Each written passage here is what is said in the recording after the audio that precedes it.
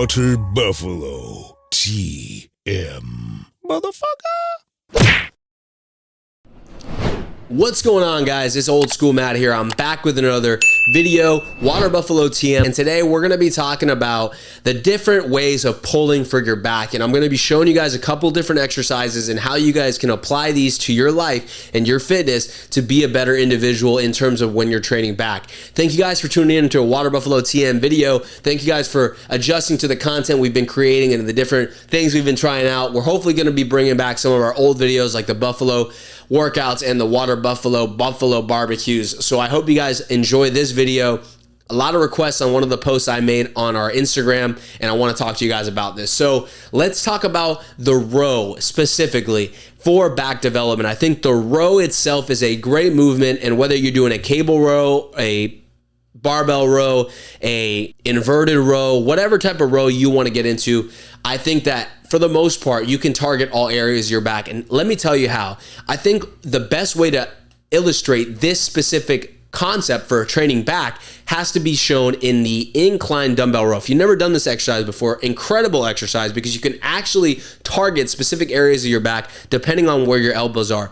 And I think it's important for you guys to realize that the biggest thing when it comes to training back doesn't have to do with what exercise you're doing. It actually has to do with the way you're pulling. So you can do a lat pull down or you can do a pull up to hit the middle part of your back, the same way you can do a row to hit your lats versus the middle part of your back. It's all about angles. And that's the biggest thing that people get wrong, is that they think they can do the same exercises, the same executions over and over again and develop an incredible physique.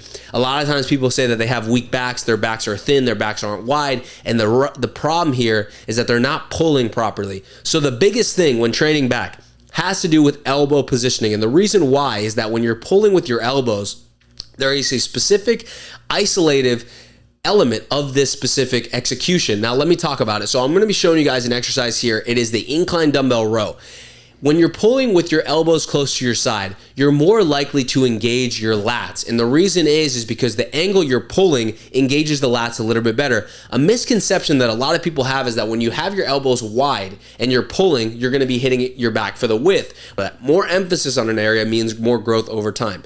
So when we're pulling with our elbows wide, you're actually pulling in. So when you pull in, you're going to be activating your scapula more, which is more in line with the mid-back muscles, such as the rhomboids, the lower traps, and the rear delts. And I think that this is a misconception that a lot of people get wrong when they're doing a specific exercise trying to be a wider individual in terms of their back.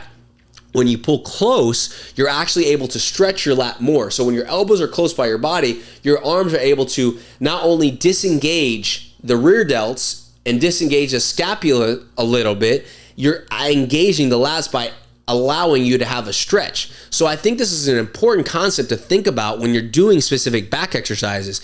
If you want to do a incline dumbbell row to hit your traps and your middle back, it's important that you bow your elbows out to create that 90-degree angle. So when you're pulling, you're actually pulling in. You're pulling in. When your elbows are out, you engage the shoulder more. The same way when you're doing a bench press and you don't want to use your shoulders, what do? You tuck your arms in. Why do powerlifters do the arch? Because they don't want to hurt their shoulders. The same way goes for the back. When you don't want to engage the rear delts and the traps and the teres minor and the rhomboids, what you want to do is you want to keep your arms close. So that means close grip pulling on lats, pull downs, pull ups, and also rows. By doing this, you're able to stretch the lats more, but you're also able to engage the lats more because by the elbows pulling at your side, you're actually engaging the entire lat, which runs all the way down to your lower back. Now, when you want to do the obvious and you want to hit the total part of the back, because most people don't really care what specific portion of the back they're hitting, they then have a neutral stance, have a neutral arm, have a neutral positioning of the shoulders. That'll engage the middle back and the upper back and the lower back and the lats all together in the same picture. So when you want to hit your rhomboids, your traps, your middle back, if you want to have that thick Grand Canyon looking rigid back, what you want to do is you want to bow your elbows out and you want to almost pull as if you're shrugging your shoulders back like you're doing a shrug. And when you want to hit your lats so your back can look and appear wider, you want to actually keep your elbows by your side and you want to make sure you're getting a good stretch, a good eccentric portion of this specific lat exercise. This goes for everything back.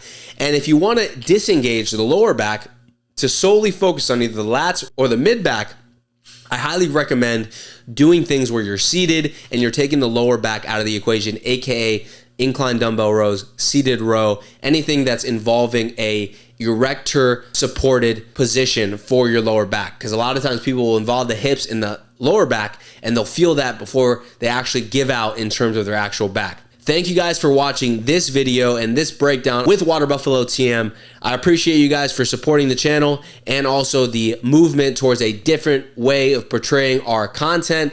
Thank you guys for listening in, and I hope to do many more of these videos to help you guys grow and keep going. Let's go Buff Squad, Old School Matt with another WBTM video for you guys. Hey guys, thank you guys for checking out this video. Make sure to go check out all of our other podcasts, Buffalo Barbecues, our Buffalo workouts, and also a slew of other things, including challenges and whatnot. So make sure to check out all of these different things. Thank you guys for watching. I am Old School Matt here, and this is Water Buffalo TM. Peace.